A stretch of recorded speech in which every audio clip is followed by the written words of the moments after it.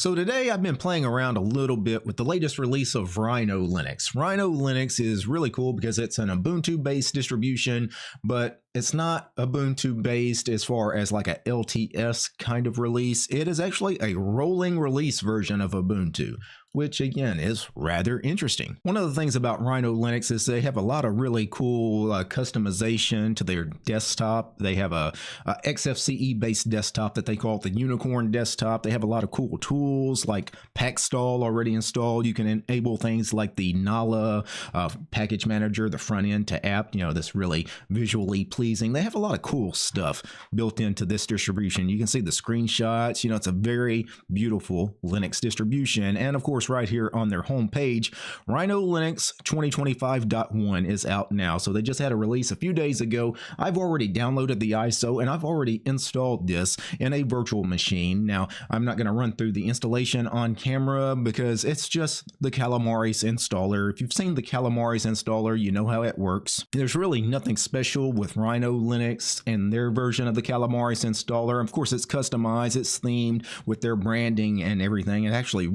looks really good, but there's no advanced customization options or anything like that. So I'm not going to cover that on camera. Again, I've already run through the installation. Let me show you Rhino Linux 2025.1 inside a virtual machine.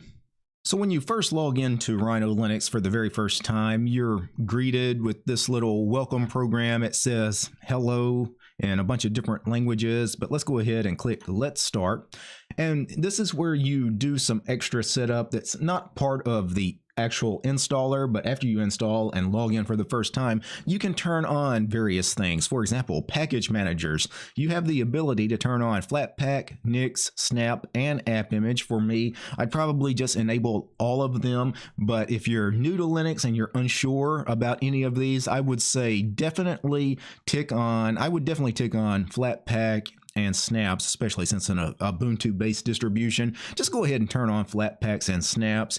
At some point, you probably will want an app image. I mean, I turned that on too. Nix is, something a little different. You may or may not necessarily need the Nix package manager, but it's there for you as well. And what's cool is when you turn on these various package managers, you have the option of installing some third-party tools to help you manage, for example, Flatpaks. Do you want to turn on the Flatpak beta channel? Do you want to turn on Flatseal? Do you want to go ahead and install that? Do you want to go ahead and install AM, which is a command line interface to interact with your app images? It's basically an app image manager, if you will. So if you want to turn those on, of course, you can just click all of that on as well. For me, I'm going to turn all of this off, but I will go ahead and leave Flatpak, Snap, and app image all turned on to see if I'm able to actually use them later. Containerization, of course, this is where you could, for example, turn on Docker or QEMU or VirtualBox. If you're going to use virtual machines, you probably want to turn these on.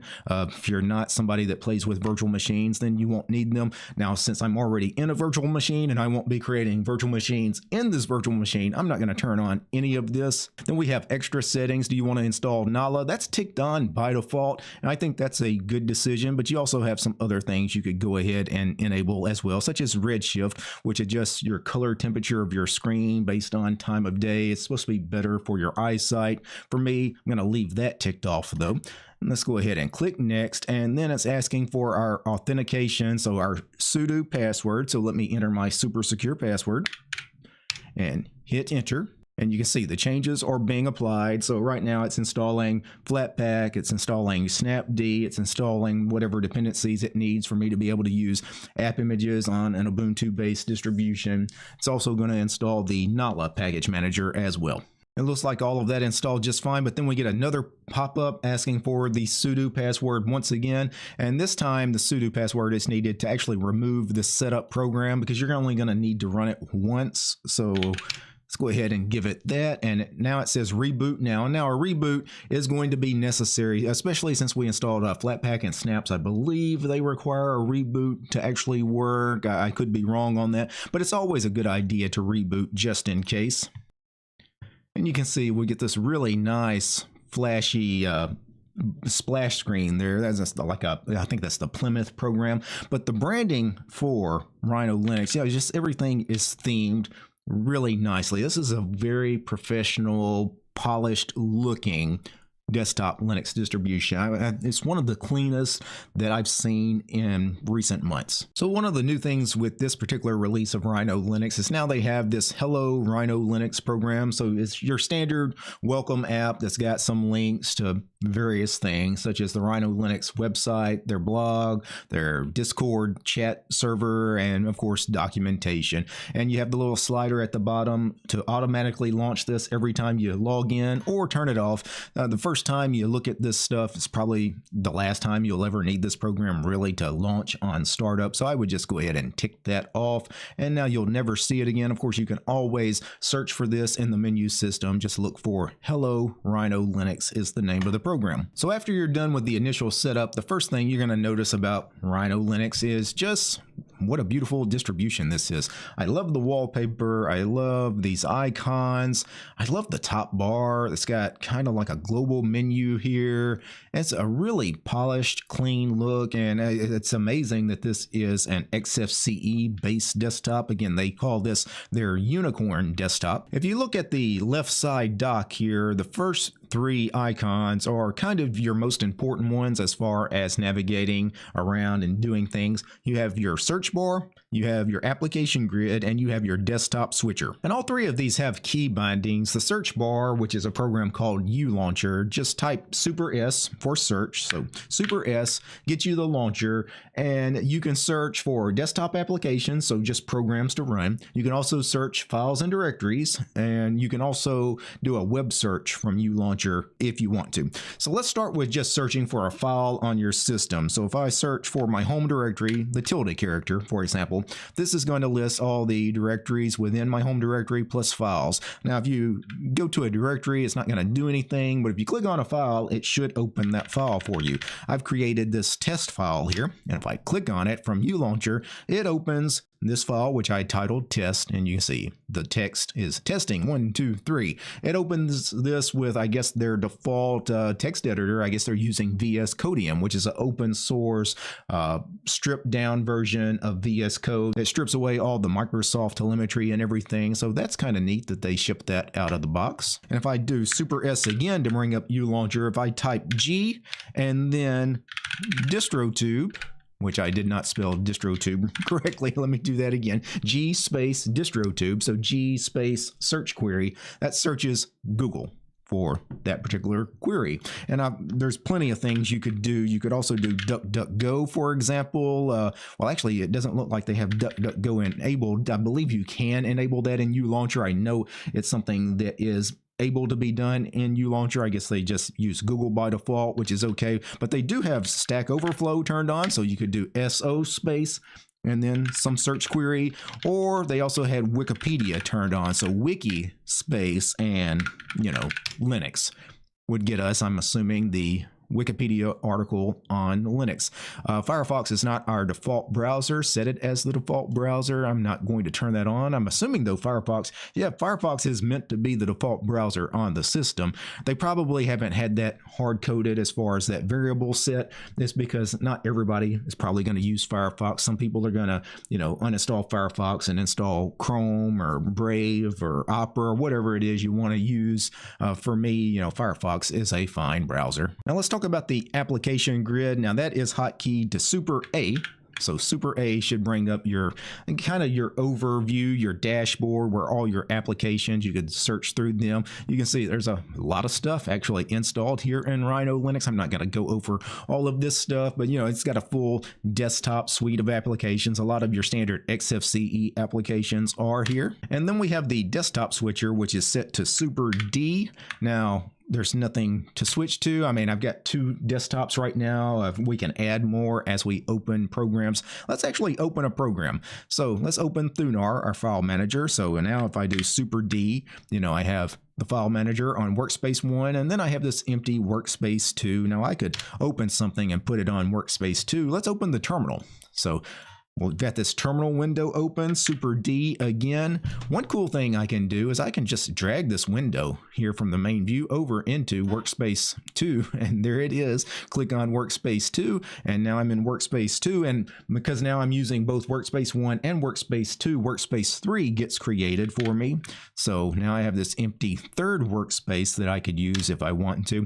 By the way, you can navigate the workspaces with the keyboard. I believe it's Control-Alt and the up and down arrows, because the workspaces are vertically aligned. So Control-Alt and then up arrow goes back to Workspace 1. Control-Alt and down arrow takes me to Workspace 2. Control-Alt down arrow again takes me to the empty Workspace 3. I'm going to go back up to Workspace 2 and kill the terminal, and back up to Workspace 1 and kill the file manager. Actually, I want to bring the terminal back up. I wonder if they have the terminal hotkey to Control-Alt-T, which is a standard Ubuntu kind of key binding. They do.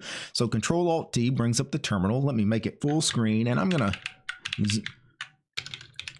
zoom in if I can. They don't have the hotkey for zooming in. What is that for this terminal? I go to Terminal. How about Edit, View, Zoom in? Yeah, I guess I just have to manually do it. That's weird that I can't just... Usually it's Control-Shift+. That's standard for all terminal emulators I've ever used, but I guess that is not the case here.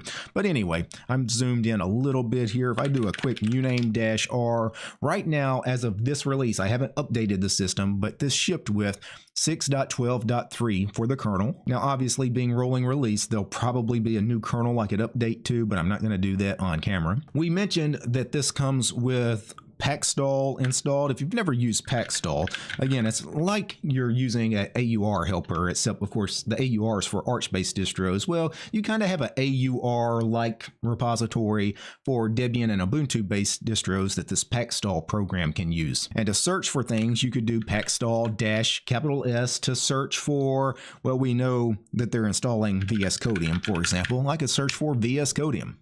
And there we go. There is the Pacstall location for VS Codium. So it is available for us. If I wanted to install it, could I just do Pacstall-I for install VS Codium? Since there's no package name for that. Well, how about we do, could I tab complete? Yes, I could tab complete. So it's VS Codium dash, okay, what's the next thing, VS Codium-bin or VS Codium-deb. I want the binary package. Now, it's probably already installed, so I don't actually want to take this, but I wanted to show you how Pacstall works as far as the commands. So well, let me kill that because I really didn't want to install that. But typically, you're not going to have to interact with the Pacstall command itself, because Rhino Linux has its own package manager called Rhino Package. So it's actually Rhino-PKG, but it's sim-linked, so you don't have to type out the full name. So instead of Rhino-PKG, it's just RPK for Rhino Package. And this actually interacts with all your package managers. So standard apt package manager plus Pacstall, so all the AUR-like packages as well. It also interacts with both Snapcraft. It also interacts with FlatHub, I believe, if it's turned on. So you're going to get all your native packages plus the Pacstall packages plus your Snap packages plus your Flatpaks, all in this one package manager, if you will. So if I do a RPK search, and let's just search for something, how about Zoom? It's a proprietary piece of software, but being proprietary won't matter because both Snap and Flatpak have it, and probably Pacstall has it as well. And yeah, you can see I have several different Zooms I could install. Actually, Zoom is available in apt, well, Zoom Player. I don't know if that's exactly what I would want, but it's definitely available as a Flatpak and as a Snap. And you can see Zoom-deb for Pacstall too. So I could pick one of these to install. For example, if I wanted the Snap package, it's a Zoom-client. Let's do a RPK and then install Zoom-client.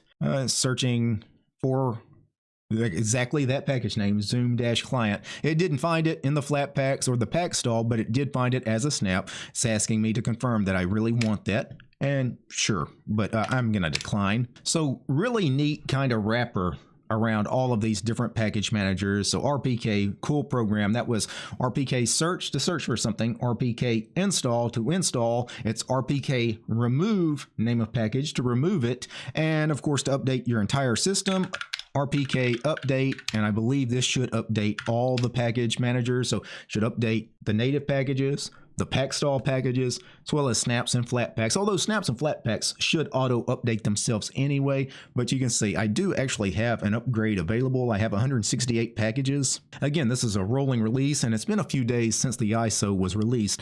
Being rolling release, there's always going to be updates. I'm going to go ahead and decline taking that update on camera. Although looks like it is going to search through Pacstall here. Let me Control C just to exit out of that. That's really all I wanted to do with Rhino Linux on camera with you guys. I just wanted to introduce this to you guys. I took a look at it about a year and a half, maybe 2 years ago. And, you know, I was really impressed with those early releases. But after obviously a year and a half or so of development, this latest snapshot of theirs is really nice, right? This is a really well done desktop Linux distribution. I think it's one of the best as far as just ease of use, ease of installing everything you want to install, ease of getting all your applications because of all the different package managers it can interact with.